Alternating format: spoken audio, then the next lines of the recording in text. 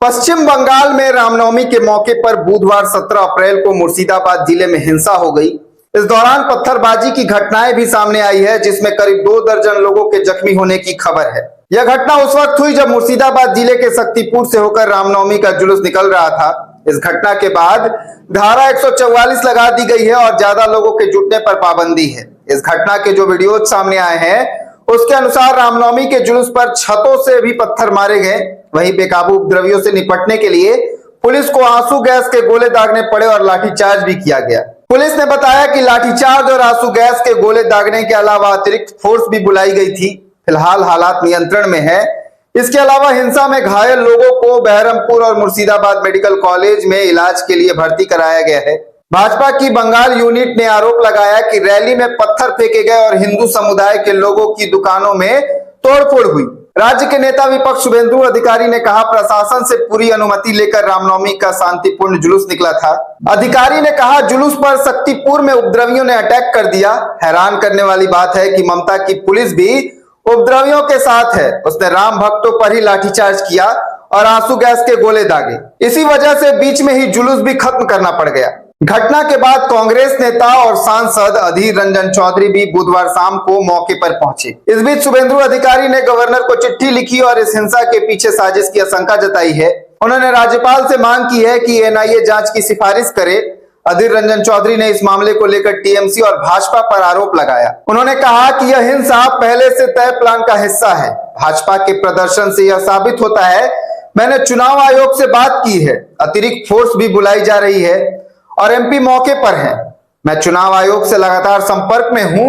बता दें कि यह घटना तब हुई है जबकि सीएम ममता बनर्जी ने पहले ही आशंका जताई थी कि रामनवमी पर हिंसा हो सकती है। इसे लेकर भाजपा ने ममता पर आरोप लगाया था कि वह हिंदू त्योहारों को बदनाम कर रही है। इस पर प्रधानमंत्री मोदी ने कहा था कि इस साल का रामनवमी समारोह अलग है क्योंकि रामलला अयोध्या में अपने घर लौट आए हैं।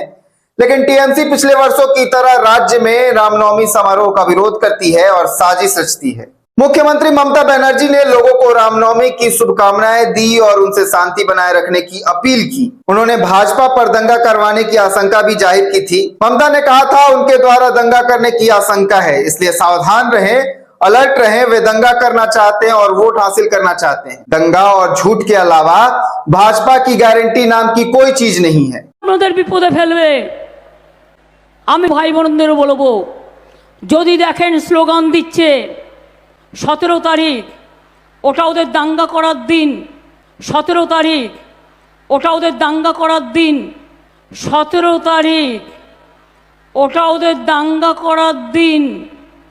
इन दोनों ही बयानों में साफ साफ दिख रहा है कि दोनों ही नेता एक दूसरे की पार्टी पर दंगे करने का आरोप लगा रहे हैं और अपना पल्ला साफ करने की कोशिश कर रहे हैं। बहरहाल सभाओं में इस तरह के भड़काऊ भाषण दिए जा रहे थे।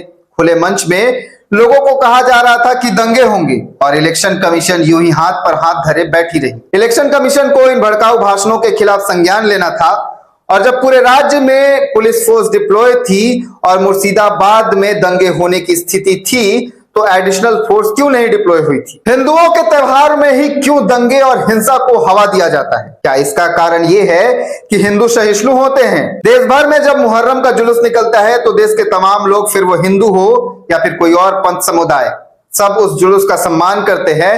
शांतिपूर्ण तरीके से वो जुलूस पूर्ण होती है। पर हिंदुओं के त्योहार में पत्थरबाजी और दंगा करवा देना किस हद तक सही है? समाज में त्योहारों का काम होता है खुशियां बांटना और परिवार तथा दोस्तों से मिलना, मगर हमारे देश के नेताओं को पता है कि इन त्योहारों का इस्तेमाल वो किस तरह कर सकते हैं ताकि उन्हें ज्यादा से ज्यादा वोट और सिंपैथी मिले। चाहे त्योहार होली हो, ईद हो, दिवाली हो या रामनवमी, देश के नेताओं को इन सभी त्योहारों का इस्तेमाल करना अच्छे से आता है। पश्चिम बंगाल के हिंसा पर आपकी क्या प्रतिक्रिया है, ये हमें कमेंट कर जरूर बताएं। और अगर आपको ऐसे ही तमाम राजनीतिक खबरों से अपडेटेड रहना है तो हमसे जुड़े रहें श्री सौरभ सिन्हा पर।